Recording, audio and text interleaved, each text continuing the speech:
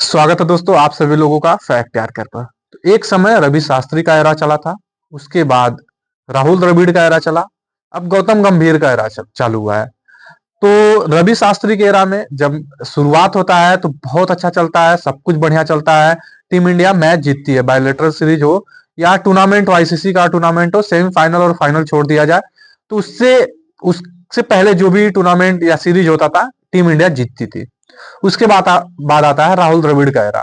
राहुल द्रविड़ के एरा में भी सेम चीजें अप्लाई होता है, सब कुछ बढ़िया चलता है, लेकिन टीम इंडिया टूर्नामेंट जो बड़े टूर्नामेंट होते हैं वहां पे हार जाती है, लेकिन वहां पे भी एक T20 वर्ल्ड कप जीत गई। फिर आता है गंभीर का एरा। वहां पे टीम इंडिया सीरीज दर सीरीज हार ही रही है। तो उस पर हम बात करेंगे, लेकिन उससे पहले आप लोग वीडियो को लाइक कर लें, चैनल को भी सब्सक्राइब कर लें और बेल आइकन भी दबा लें, क्योंकि नोटिफिकेशन की घंटी बजेगी तो आप लोगों को अपडेट मिलेगा। अपडेट के साथ साथ जो भी चीजें हैं गंभीर से रिलेटेड, रोहित शर्मा से related, Virat Kohli, team India से रिलेटेड जो भी चीजें हैं सब कुछ हम लोग डिटेल में बातें करेंगे। तो स्टार्ट करते हैं उस दौर के बारे में जब रवि शास्त्री टीम इंडिया के हेड कोच थे।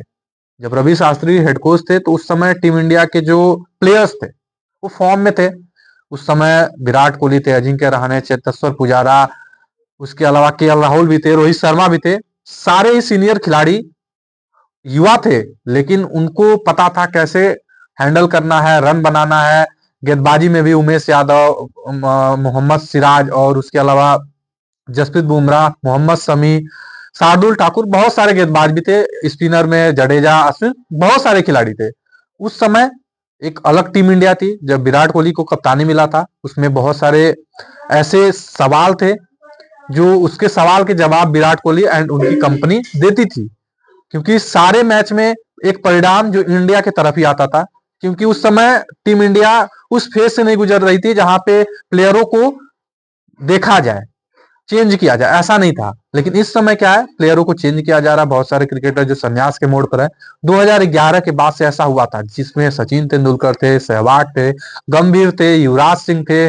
उसके अलावा टेस्ट क्रिकेट की बात करें तो VVS लक्ष्मण, राहुल द्रविड़, सचिन तेंदुलकर भी वहां पर थे। सौरभ गांगुली भी 2008-9 में संन्यास लिए थे। तो सबका एक दौर चला था।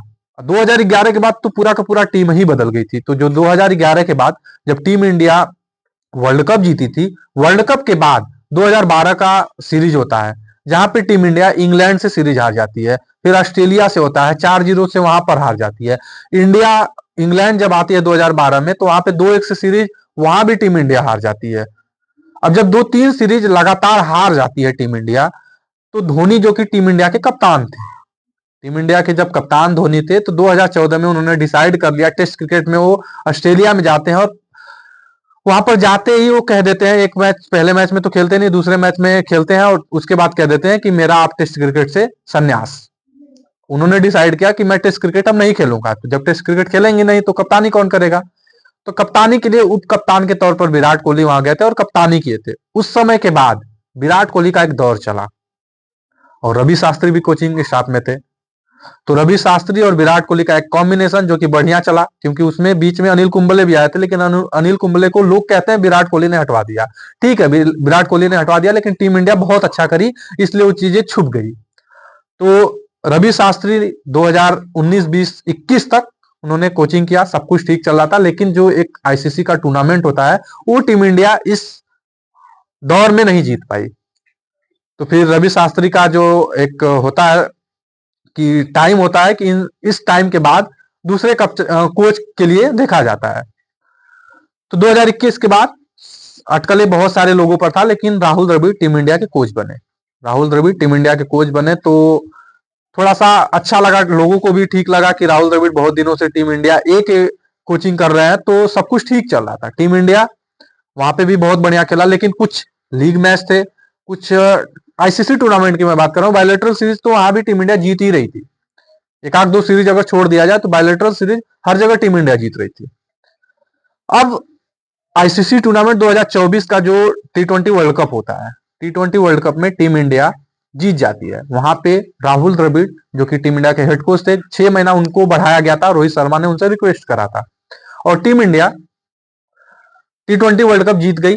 टीम इंडिया जैसे वर्ल्ड कप जीती, वहां पे रोहित शर्मा, विराट कोहली, जडेजा ने संन्यास लिया और राहुल द्रविड़ का वहीं कोचिंग स्टाफ भी समाप्त होता है, क्योंकि उनको 6 महीना और एक्सटेंड किया गया था।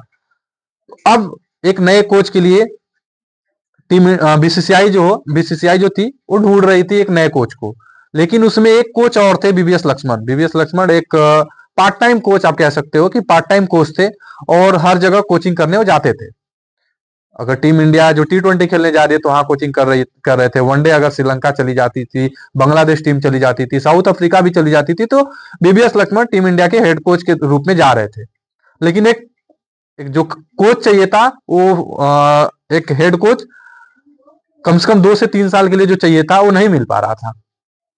तो गौतम गंभीर जो कि केकेआर के हेड कोच बने, और टीम केकेआर पहली बार में ही आईपीएल जीत गई। जब आईपीएल जीती तो जो गौतम गंभीर का एक होता है ना कि कद, वो बढ़ गया। अब कद बढ़ गया, बीसीसीआई ने उनसे बात किया, गौतम गंभीर ने उस चीज को एक्सेप्ट किया। एक्सेप्ट करने के साथ साथ अपना भी कुछ पॉइंट रखा जिसको बीसीसीआई ने माना, और पूरी की पूरी गौतम गंभीर की स्टाफ जो केकेआर की स्टाफ थी, वो स्टाफ टीम इंडिया में चली गई। लेकिन टीम इंडिया में जैसे ही जाती है, टीम इंडिया पूरी बिखर गई। अब बिखर गई, इसके पीछे लोग कह रहे हैं गौतम गंभीर का हाथ है। लेकिन आप इस चीज को कैसे कह सकते हो? क्यों? क्योंकि जब टीम इंडिया टेस्ट और वनडे छोड़ दिया जाए, T20 देखा जाए, अगर जहां पे सूर्य कुमार यादव कप्तान है, वहां टीम इंडिया आसानी से जीत रही है। लेकिन जैसे ही टेस्ट क्रिकेट आ रहा है, जैसे ही वनडे क्रिकेट आ रहा है, जहां पे ना रोहित शर्मा बैटिंग कर पा रहे हैं, ना विराट कोहली कर पा रहे हैं, ना केएल राहुल कर पा रहे हैं, कोई नहीं कर पा रहा है, गेंदबाजी में भी कोई कुछ नहीं कर पा रहा है, एक जसप्रीत बुमराह को छोड़ दिया जाए तो सारा का सारा जो बोझ है, सारा का सारा जो इल्जाम है, वो गौतम गंभीर पर रखा जा रहा है। अब एक कोच क्या ही कर सकता है? सामने से तो बता सकता है ना, सिखाएगा थोड़ी किसी को कि आप कैसे खेलोगे, आप इस तरीके से खेलो, आप उस तरीके से खेलो। माइंडसेट होना चाहिए, माइंडसेट बता सकता है कोई कोच। ये थोड़ी है कि आप जाके वहां पे फॉर्म में, वो खुद फॉर्म में लाएगा किसी भी क्रिकेटर को। तो एक भी क्रिकेटर नहीं चलेगा और टीम इंडिया हारेगी, तो इसका पूरा का पूरा जिम्मेदारी कोच के ऊपर नहीं होता है।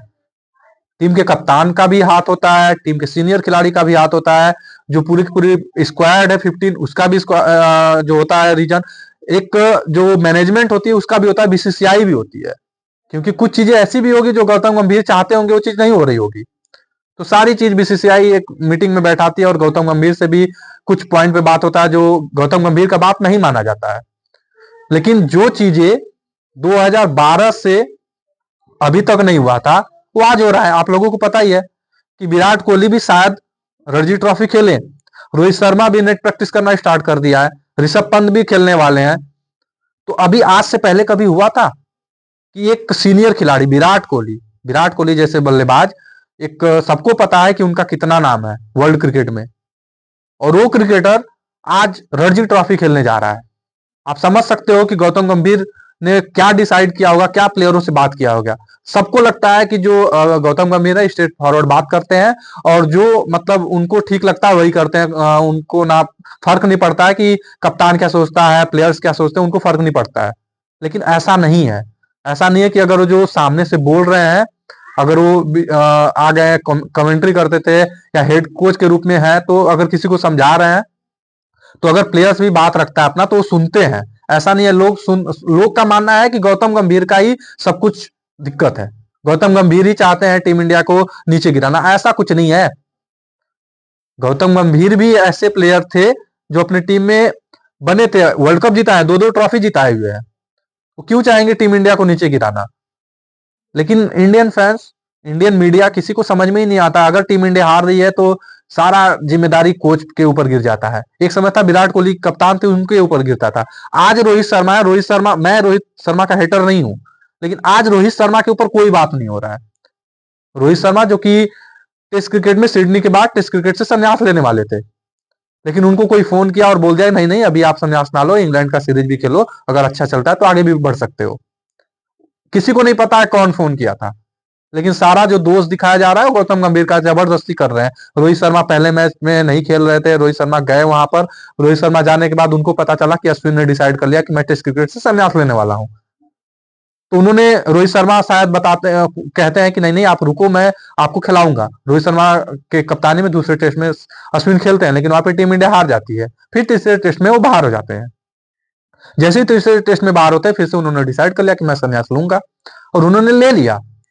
रोहित शर्मा का भी यही हाल था, वो भी लेने वाले थे, लेकिन किसी ने फोन किया, हो सकता है उनकी वाइफ रही हो या किसी मैनेजर का फोन आया हो या किसी एक फैमिली मेंबर्स का फोन आया हो, और उन्होंने डिसाइड कर लिया कि नहीं नहीं अभी आगे और मैं खेलूंगा। और एक उनका इंटरव्यू होता है, इंटरव्यू भी कौन फिक्स कराता है किसी को नहीं पता। एक इंटरव्यू होता है, वहां पे आके कह देते हैं कि किसी की कलम से मुझे फर्क नहीं पड़ता है, कोई लैपटॉप पे आके क्या माइक के सामने क्या बोल दिया, लैपटॉप के सामने क्या टाइप कर दिया, कलम के सामने क्या लिख दिया, उससे मुझे कोई फर्क नहीं पड़ता है। मैं क्या सोचता हूं, ये मेरा निजी फैसला है, मैं कब संन्यास लूंगा। मैं 10 से 15 साल से जब खेल रहा हूं, तो मेरा फैसला है कि मैं कब संन्यास लूंगा।